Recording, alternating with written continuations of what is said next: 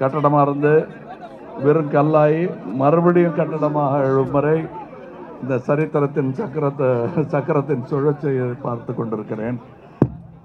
ரொம்ப சந்தோஷம் எல்லாரும் ஒன்றா கூடி இது செஞ்சதில். இதில் இந்த கல்லில் நானும் ஒரு சிமெண்ட்டாக இருந்ததில் எனக்கு சந்தோஷம். இது பெரிய ஒரு கோட்டையாக அமையும் கலைஞர்களுக்கு என்று நான் நம்புகிறேன். வணக்கம். இந்த அடிக்கல் நாட்டு விழா வெற்றிகரமாக நடந்திருக்கு. இனிமேல் எல்லாமே வெற்றிகரமாக நடக்கும். God bless. Thank you very much.